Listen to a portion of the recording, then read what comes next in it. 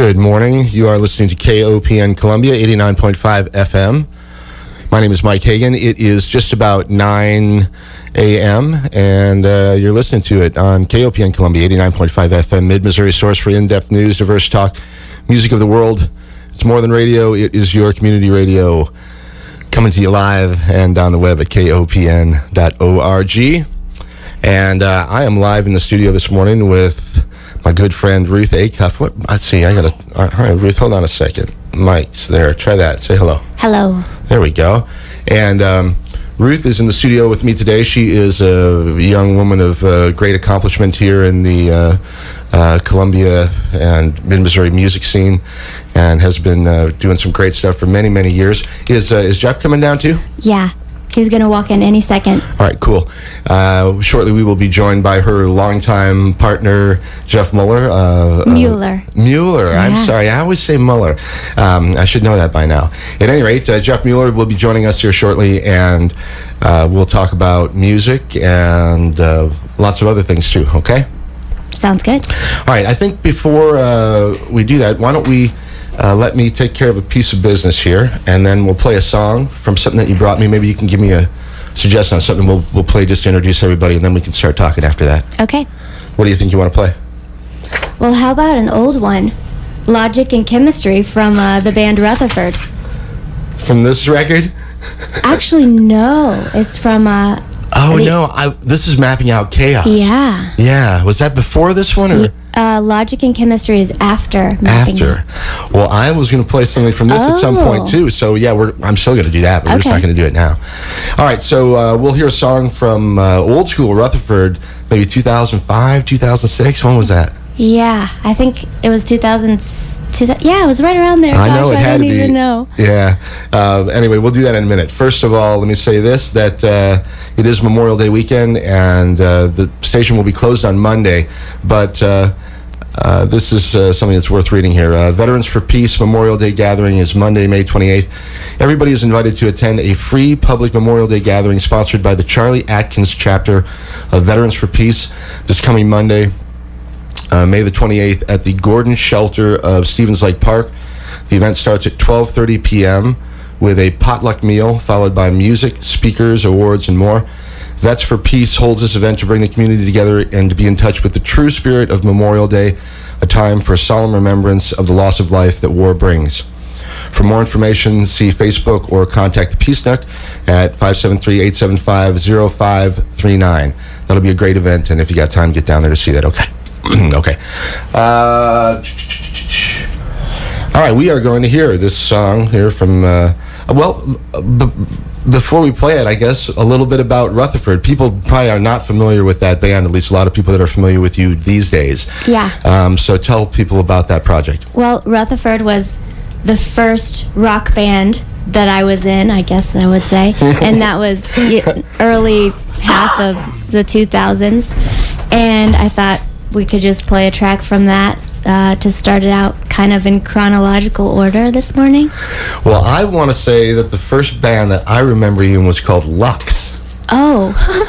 And yes. I think that was prior to You're right, Rutherford. it was. I mean, I don't think you were 17, 18 years old when you were just a young woman. I was. However, we had to change our name from Lux. Was there another band that already had that or something? Yes, there was. They were like bodybuilders. Yeah.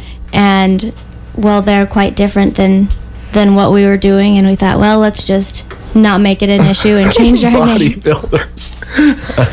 All right, so Lux was the earlier incarnation of Rutherford? Yes. Okay. All right. Well, that's how it starts out. Hey, Jeff, how you doing, bud? Good. How you doing, Mike? Let's see, which one mic? should I be on? How about that one right there? Yeah. You can move it around, make it comfortable. That green one is, that's the one right there. Come here, baby. There we go. Hello. Hello. All right. So great. We got the whole gang here. We have Ruth Acuff, Jeff Mueller, and we are going to play a song here, Jeff, called Logic and Chemistry from one of your earlier projects called Rutherford.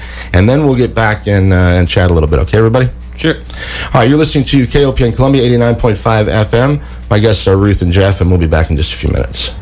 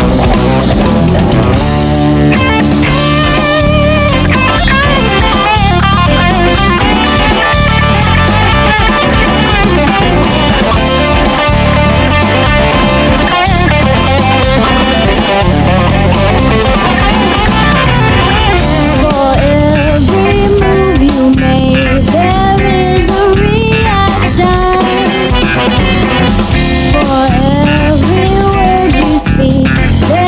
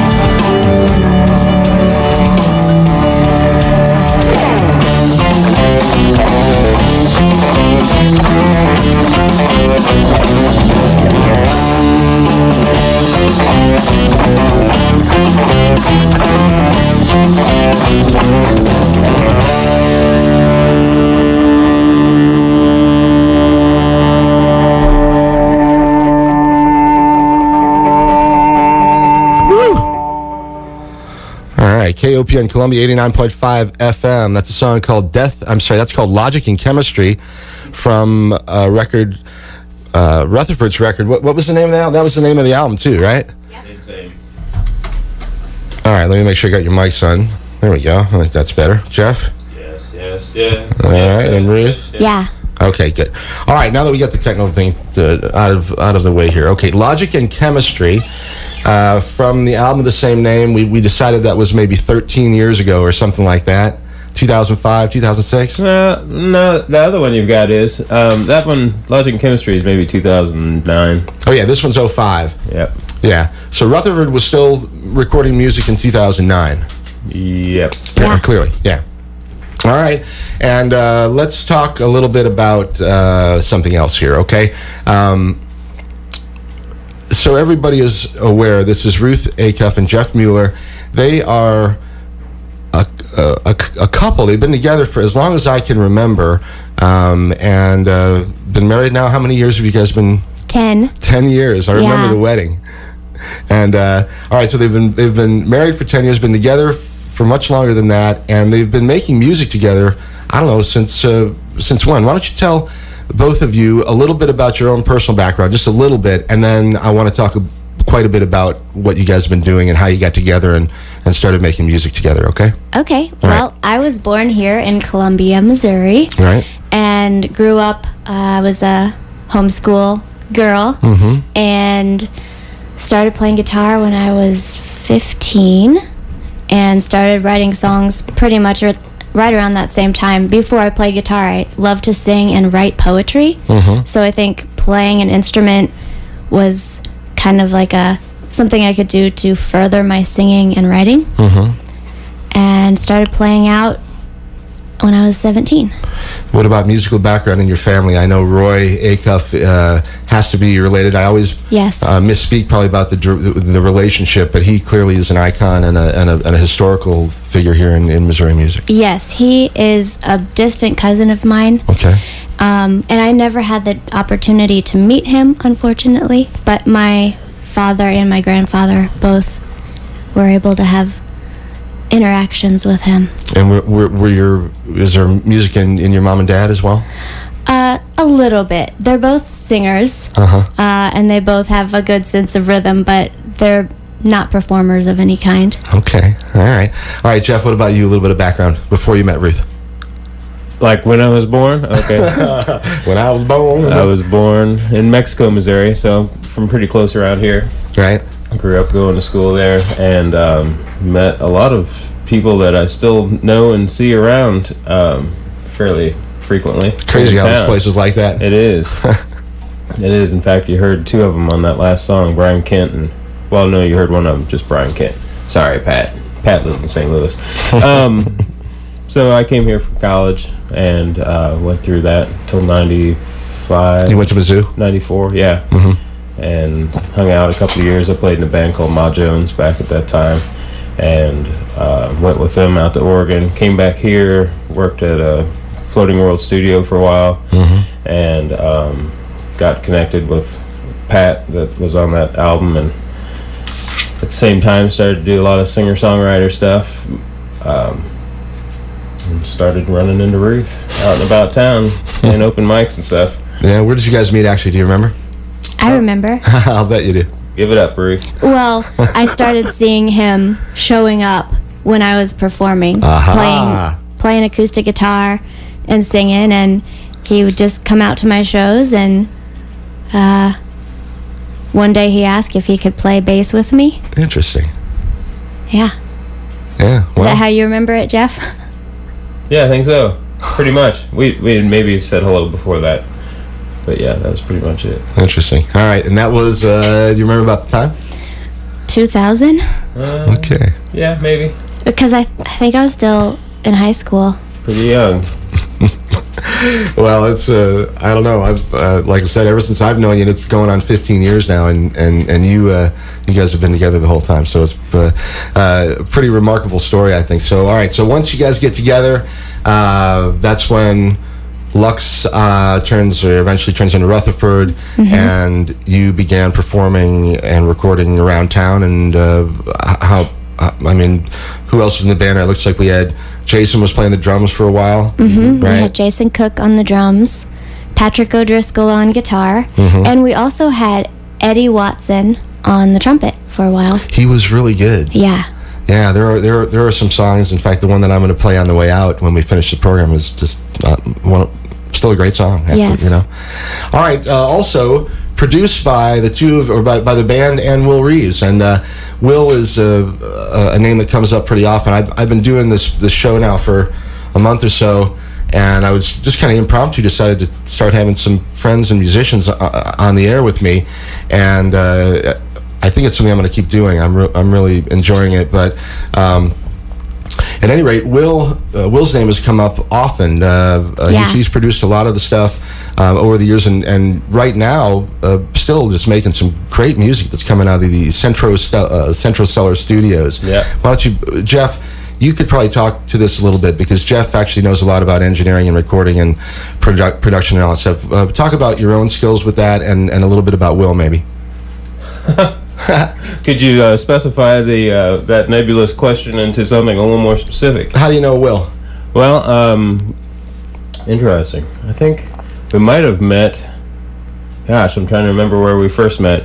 When we recorded that album, I'd known him mainly from Bachman's UFO interactions. But I didn't really know him that well. I just had heard some of the stuff he had done and was interested in us, going over there and recording some stuff. At that point in time, his place was over on El Centro, which was, out to the east side of town. And, we did that whole album there, spent a few months working with him, and had an opportunity to play. Actually, I played with Bachman a couple of times when he was out for something else. You're both bass players. Yeah, it's sort of a jam thing. And then I actually did most of the mixing on that, and he would kind of fostered me being able to come in and use his place. But at the point in time, I think he was over on Worley Street, moved sometime during that point.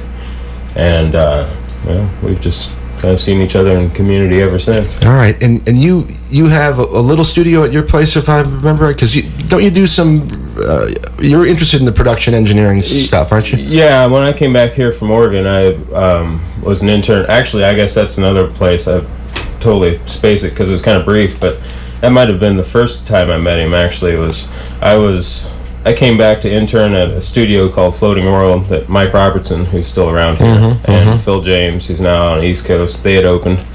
It used to be over in the Wilkes building, and I spent like all my time there from 99 to 2001. Somewhere in there, Will wanted to get more experience recording, so he came in and learned some stuff.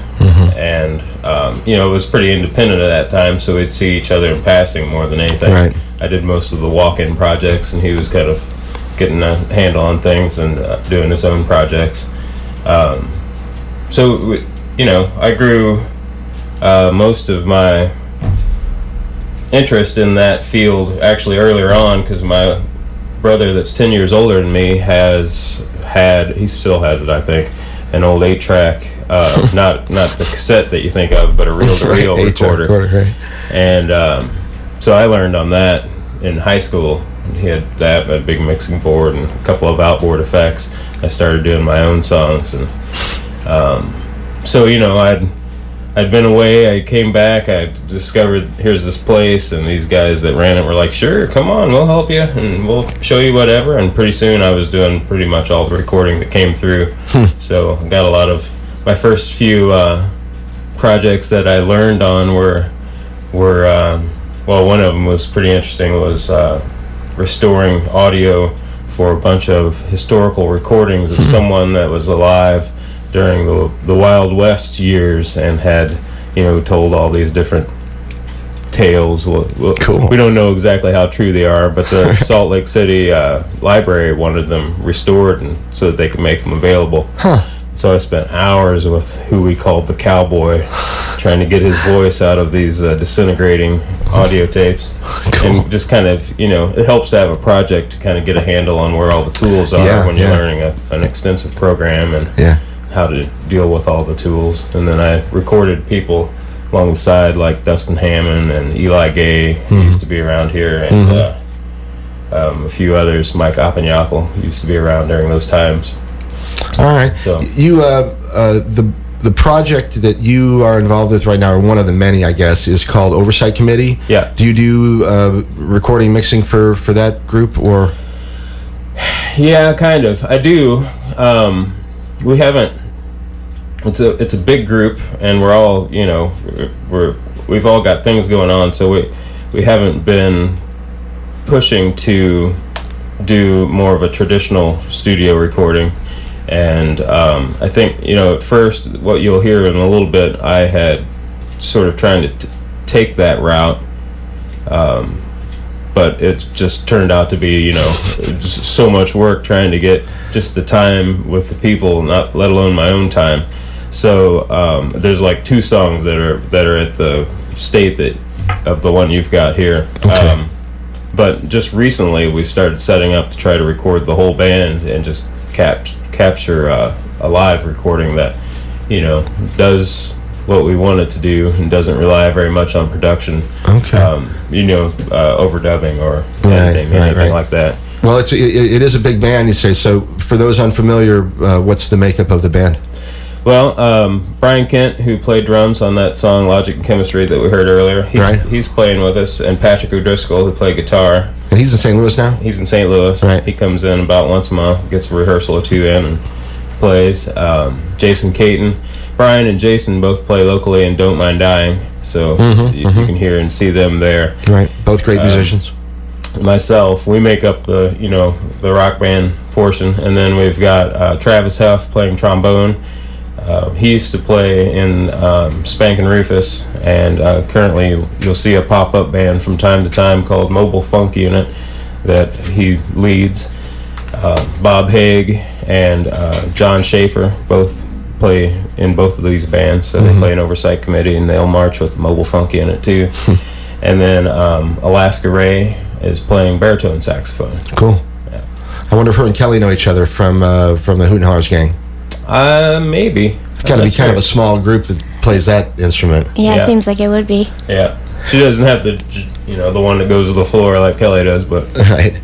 All right. Well, cool. I really didn't know when we would talk about Oversight Committee, but now is as good a time as any. So, Sure. projects that are ongoing, shows that you guys do. You're not out and about that much, but you got anything planned or coming up? Well, our next thing coming up is Byron Fest, which will happen over at Rose Music Hall, kind of backlined by Byron Neighbors that does, it has an amplifier company. And that's on July 15th, and I believe we play at 6:30, right around there. And we'll play outside on the big stage, which is great for us. Out in the park at Rose? Yeah. Oh, fantastic. Yeah. Yeah, that's a great venue. Yeah. I should mention this. There was a benefit concert last night that KOPN actually sponsored down at Logboat, and the Daves played, and Tony I almost said Tony Stark.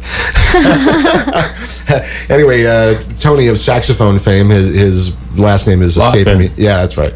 The 3 of them were playing last night at Logboat, and there were a whole bunch of people that showed up, and thanks to those guys for playing, and to all the people that came down there and supported KOPN. There was some donations that were made, and we really appreciate it. It was a great event, and John Lofton here at the station, who put that thing together, along with some of the other staff members here. It was great work from everybody, and it turned out to be a really good time. They're going to start doing that about once a month, I think, and maybe we can arm wrestle you guys into doing something along the way. But also, thank you to Pizza Tree for providing some yummy treats for the band and for the staff. So, all right, back to business here. So, Ruth and Jeff, Rutherford how did you guys decide that you wanted to start doing something other than Rutherford? Because obviously you both moved into different projects. You don't do a whole lot together anymore, or maybe you do, but... Well, let's see. How did we decide to move on from Rutherford? Right, That was your first thing. first question. Yeah. Well, we had some members that were moving out of town, and so that was pretty much why. Okay. And then I also had been working as a full-time nanny, For who? and which was, surprisingly, wasn't for you. I think I was watching your kids at some point after that, but I was working full-time, like 5 days a week. All right. 7 to 5 or whatever type thing. And just tired from doing that, so wasn't playing out as much. Right. And feeling maybe a little bit burnt out.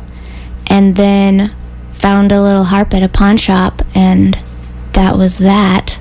And you began playing the harp Yeah. back then. So you've been playing the harp a little longer than I thought, I guess. Well, it's been 8 years. I started in 2010, October of 2010. So a bunch of light bulbs just went off on listeners' heads when you mentioned the harp. I'm sure they thought, Ruth Acuff, from what? Anyway, Ruth, you may have seen her out and about. She has a couple of different projects that are active right now, playing the harp as a solo artist. And she's also the lead singer for a band called the Royal Furs, which make their home here in Columbia. So we'll talk a little bit about them too in a few minutes. But let's play a song or two, okay? And then we'll come back and talk a little bit more. Sure. What do you want? What should we play?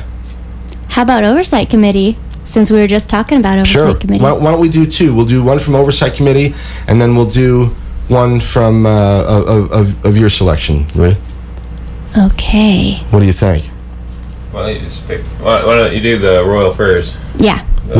Death of a Sweetheart. Okay. All right. This one first here is the Wiglet Mix. Tell me a little bit about that. Well, that's not the official name. It's a working name. So that's one that we had we've started a couple of years ago and sort of pieced together with some overdubs and such, like I was describing a little bit earlier. And I don't know. It's just these songs come to me. At this point in time, Eli Gay was playing baritone sax, and I thought, okay, I want a song that features the baritone, because it was such a support instrument for all these other horn parts. So this was sort of a vehicle for that, although you'll hear that just about everybody but the alto sax gets featured as far as the horns go. Okay. The rest of us kind of sit in the background a little bit. And written by you? Yeah. Okay, this is a song written by Jeff Mueller. It's called, we know what it's called. It's the Wiglet Mix. Wiglet, yeah. See how it goes. All right, we're going to hear that, and then we will hear a song called Death of a Sweetheart from the Royal Furs. You're listening to it here on KOPN Columbia, 89.5 FM. My name is Mike, and we'll be back in a few minutes.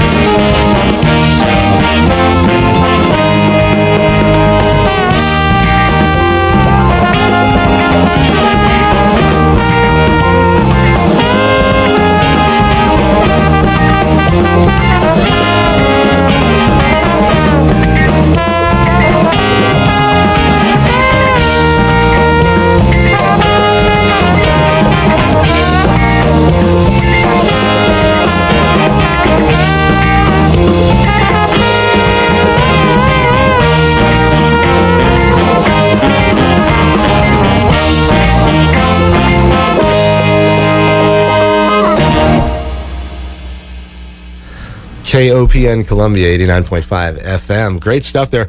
I kind of had them switched, not kind of, but I absolutely had them switched upside down and backwards. We heard Death of a Sweetheart from the Royal Furs, and then we heard the Wiglet mix there from Jeff's band called Oversight Committee. Either way, great stuff from both of you guys. We talked a little bit about Oversight. Ruth, why don't you tell us a little bit about the Royal Furs, and then we'll talk some more about your harp. Well, actually, let's continue with the harp playing, because we kind of closed out with that. Let's, for people who are familiar with that and who have seen you and enjoy that music, a little bit more about how you got into it and why you enjoy it and what you might be doing later this summer. How about that? Yeah. Well, first of all, my next harp performance will be June 3rd at Art in the Park. June 3rd, Art in the Park. Put that down in your calendars, people. Okay. And I think that's just coming up. Yeah, it is. It's not this weekend, but the weekend after that. Okay, great. And, I started playing harp because something about it just had this magical quality where I touched it and I saw it and I just felt like I'm supposed to be doing this. Cool. And since then, I've been studying pretty diligently. I have a notebook at home where I have the minutes that my fingers were on the string for each scale and each song that I've been working on. I learned to read sheet music and really have improved my musicianship skills quite a bit in the past 8 years as far as the technical side of music. And I have a teacher here in Columbia who is actually from the Slavic Republic, and she is an amazing, insanely amazing harpist who's just, I'm honored to have someone like her take me on as their student and teach me. I feel like, and she's here in Columbia. Yeah. Wow. She's really given me the tools that I needed technically to be able to write the songs that I wanted to write. Yeah. Yeah, you got to be able to, I mean, if you want to perform them, you have to be able to have the skill to do it the way you want to hear it. Yes. Right? All right, well, great. So how long have you been working with her?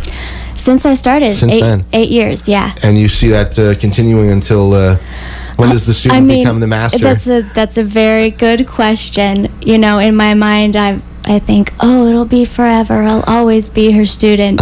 What about a collaboration? Have you ever done anything like with her? Well, we do play in a harp trio together.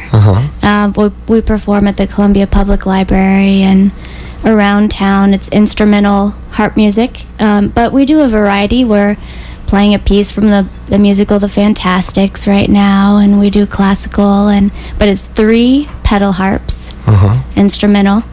So I do play with her in that sense. All right.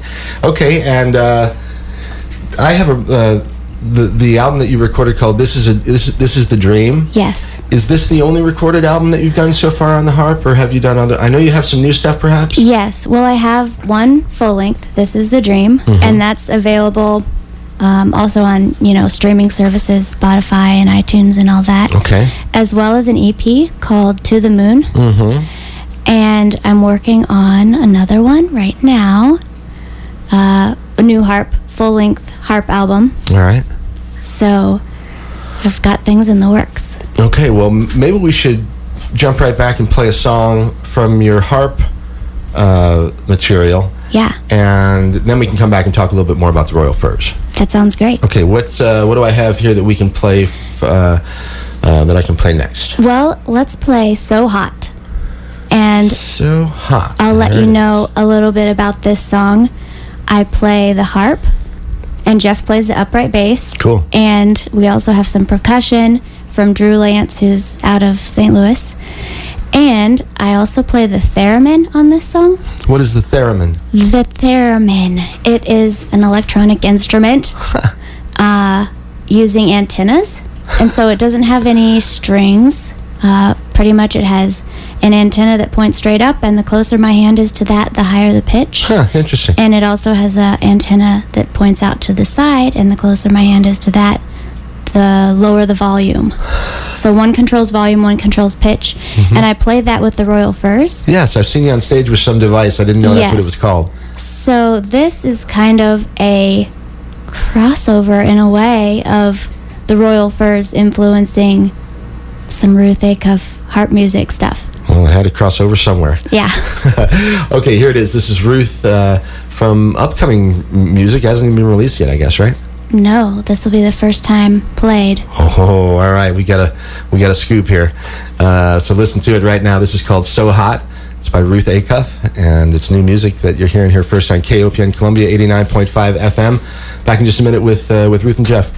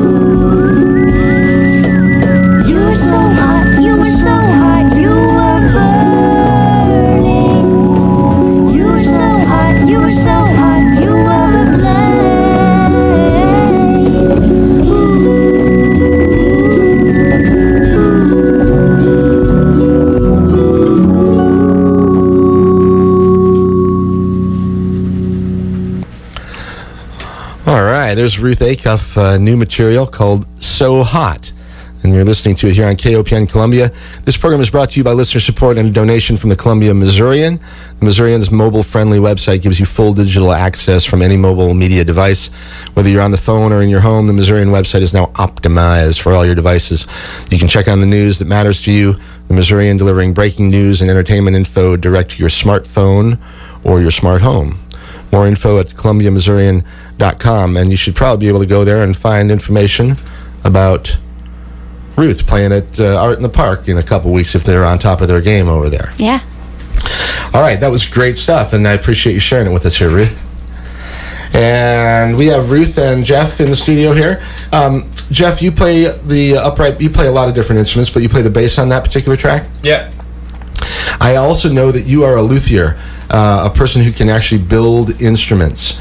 Aspiring to be, yes. Well, I watch, or what's the word? I lurk on your Instagram posts, and I wait for the next one of watching wood peel up and curl as you carve it from the back of a would-be instrument. So right. Please tell people about that. I'm fascinated by building of guitars, and you actually make basses. Is that correct? Well, yes. Let's speak to the future I am going towards. Okay. Yeah, Ruth got the harp, right? So I've been playing electric bass, and I played along with the harp, and I just kept feeling like I couldn't get out of the way enough. So It wasn't the Jeff show. It was the Ruth show. I was trying to be supportive of it. Right. So, and you do a great job at that, I would say. Well, thank you. So I borrowed a bass from a friend. An upright bass. An upright bass, an old K, and I brought it home. And we tried playing together and realized that, yes, that was a combination that worked. The notes don't sustain forever, and I can, and it's a little bit harder to play, so I'm slowed down to some degree from moving too articulately, and the notes disappear shortly after I play them. So then I went on a journey to find a bass. Then I found a bass. Then I just started the one I bought. I'd gotten from someone that made basses, and walking around a shop, I just got really curious about doing it myself. And so I built this desire to want to make an instrument, and I was down. We were at Cooper's Landing after playing one day and talking to somebody there, and I heard them say that Lee Dale Nye was down just over the weekend playing one of his amazing fiddles that he made. And I thought, Lee Nye, I remember him, because I'd met him when I'd worked at Floating World Studios. I had the honor to record him. Actually, it was one of the most smoothest experiences recording somebody. He just came in, played awesome. Yeah, such a pro, right? Just and then said, see you later. And then I would see him across the hall. He was building mandolins at that point in time with Mid-Missouri Mandolin Company. So, but he had been building violins all that time and still does today. So I found him on Facebook. Of course. And I was like, Lee, please teach me how to build a bass. And he's like, well, I haven't built a bass, but I can help you out with most of the skills and point you to some people that would know, if you have some bass specific questions. So we've been in cahoots now for 4 years probably, just staying in relatively constant contact. And during that process, Ruth and I were doing Airbnb, and I was just taking all my extra money from gigs and stuff and putting it into a sock, if you will, to buy things that I would need, because I'm sure the tools are very unique, and I'm sure you need a lot of things in order to actually do this. Yeah, there was a lot that I needed to get to be able to do anything. And I'm still, as I move along, there's still little things that I have to pick up here and there. I'm sure, yeah. So the first year was just like putting that kind of stuff together and getting the materials in, and then I haven't stopped doing anything else. So I've probably been working on it for at least 2 years, and it's been getting work done fairly consistently for a month, and then I'll have gigs, or we'll go away and Jeff has also, I'll pop in here and say, he's been documenting some of it on a blog. So there's photos, and you can see his beautifully carved scroll and a lot of his work. It's what's the website, Jeff? MuellerSoundCreations.com. Mueller Sound. Or well, not .com. It's a WordPress, so .wordpress.com. Okay, so Mueller Sound Creations at WordPress.com. Yeah. Okay. Yeah, I'm fascinated by it when I see the photos, and it's just like beautiful work. It's like obviously a piece of artwork that's happening there. Yeah, it's important not to rush it. I have to be in the right mind state. I imagine. To do it. So that's also part of why it's kind of taken a while. You get 10 or 20 minutes, it's like you want to do something, but that's not the right amount of time to do anything. Right. You need like a couple of hours to spend 10 or 20 minutes getting to the right place to actually start working on it. Right. Go ahead, Ruth, you were going to... Oh, I was just going to say, it's living in a house with someone that is building an instrument like this. It's like, well, I can see his dedication, and I can see how every little thing makes such a big difference. Well, it's the attention to detail, I'm sure, is really what it comes down to for something like that. And I bet you it smells really good too. I don't know that there's a specific odor to it at this point in time. Is there? I try to smell good. Well, you're a good-looking man. Wow. What kind of wood? Is there a particular type of wood that's preferred for upright bass building? Well, top on most instruments that you run into, I think the standard top and sounding material is spruce. So you get into it is for bass, violin, lots of guitars, even inside a piano. Everything's affixed to a spruce soundboard, and harp as well. Ruth's harp has a spruce soundboard. Really? So that's the top material, and the most recent stuff, if you've been keeping up, has been pictures of me shaping that top. And then the neck is maple, and that's pretty standard neck material. The sides of this are poplar that is not terribly uncommon. It's called cottonwood, colloquially. It's Eastern cottonwood. Yeah. So the sides and the back are made out of that, and then the blocks are made out of basswood, and the linings. Yeah, well, that's not really a traditional one to use, and it's kind of splitty typically, but this particular tree that I found was real nice. Yeah, real nice, real good integrated grain. Does a bass have a fretboard like a guitar, where you would actually put a different type of wood on for the fretboard, or is it the same as the neck? You'd call it a fingerboard unless there were frets. I see. And then it's ebony. Okay. Huh. So yeah. Cool. All right. Well, I look forward to watching that thing progress. It's really cool to watch. Me too. Thanks. All right. Good luck, and I hope you end up with a beautiful instrument. Me too. All right. We've got about 5 more minutes to talk about stuff. Why don't we talk a little bit more about the local scene and about what's going on this summer and future events and things like that? Okay. We really haven't talked a whole lot about the Royal Furs either. Let's get a few minutes in about the Royal Furs. Who are your bandmates there? Yeah, the Royal Furs are Josh Wright, or Josh Wrong. He was in Lunar Mansion. Right. And he plays in the Ridge Runners. And we also have... pardon me, and the Ridge Runners are playing tonight, I think. They are. The Ridge Runners are tonight at Cafe Berlin. All right, that's one you might want to check out. That's a great band, Tim Carey and his gang. Yes. Okay, so back to the Royal Furs. Well, also, we have a new member of the Royal Furs. Really? We had Diggy Splash playing drums for us ever since the beginning. Yeah. Right. And he is kind of moving on to focus more on a business that he started. I see. And we have, taking his place, Noel Feldman, who plays drums with the Ridge Runners also. Yeah. And Noel, we're so happy to have him. He's so passionate, and he's great. We love him. We're happy to have him playing drums with us. And then we have Mike Marshall on the guitar, on the electric guitar. All right. That's really cool. You got Noel playing. Although I miss Diggy. I love Diggy. He's done a great job for all these years. Yes, he has. But he has so many projects going on. I mean, Diggy's one of the most active guys out there, and he does a lot of really good things in the community, too. All right. Well, congratulations to Diggy for moving along there and doing your new thing. And to Noel, when are you guys playing again? We are playing June 1st for the Vidwest Festival.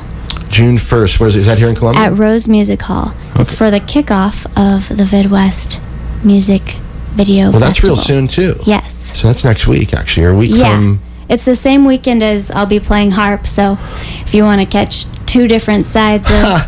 Yeah, it's funny. Durnley and I were talking a few weeks ago, and we mentioned, I think I said that I was hoping to have you and Jeff here in the studio with me at some point, and we were talking about the differences between you as a harpist and you as the front woman for the Royal Furs, and we laughed about an alter ego sort of situation there. And I mentioned that your presence with the Royal Furs was the alter ego, and he said, no, I think it's the other way around. So, but anyway, for those unfamiliar, Ruth has a role with a real live rock and roll band with the Royal Furs, and if you want to see some fun rock and roll and some real good time dance music, just real fun music, you can check out the Royal Furs. And the other side of her is a beautiful harp music that is just just lovely stuff that she's been experimenting with now for quite some time too. So I'll throw in there, if you like your classic music like Pink Floyd, I'm a backup singer in a Pink Floyd tribute band around here, Interstellar Overdrive. Okay, yeah, and they do their thing once in a while. It's amazing the collaboration around town here. It's one of the things that I've been talking about with some of the other people that come in here, how there's so many different artists doing many different styles and things, but you guys all are really mixing and matching a whole lot. We are. It's a great community of musicians that respect different genres and different ways of putting music out, and it's just a good, supportive community of musicians. Yeah. I think that's one of the things that makes it such a cool scene, because you almost never know who you're going to see who playing with who. Yeah, it's true. You know? Well, all right, you guys, we are about out of time here. It has been a pleasure chatting with you both. Thank you so much for coming down here. And thanks for having us. Yeah, all right. We've got Ruth and Jeff. And once again, how about contact information? Of course, everybody knows now. Just go look on Facebook or Google or whatever. But certainly the Royal Furs, do you have a site that they can go to check that out? Well, you can find us on Facebook and Instagram. All right. That's the best way for the Royal Furs. And you can also find my harp stuff, ruthacuff.com, ruthacuff.com. All right. Also on Twitter, I know that. Jeff, what about you with Oversight Committee, etc.? Facebook's your best bet. All right, there you go, everybody. That's how to find them if you're looking for them. We hope to hear more from Jeff and Ruth down the road here. I'm sure we will, and it's a thrill to be involved in the scene with you guys. Thanks so much. Thanks for having us. All right, take care of yourselves. All right, we are going to hear one more song here. This is from Rutherford's first record. I should leave your mics on. This is the first record you guys did? Yep. Yeah, very first one. And this song is called The Breeze. It's one of my favorites. Take care, everybody. It's KOPN Columbia 89.5 FM. Enjoy Speaking of the Arts with Monica and Diana coming up in just a few minutes. We rush around to shops and stores. We spend our nights behind closed doors, with arms around our first-class horse. And we all want something more. So we cut ourselves with words and knives. Forget about these hopeless lives. The skies are covered with silky sleeves. We're just trying to find our peace. We'll just listen to the breeze.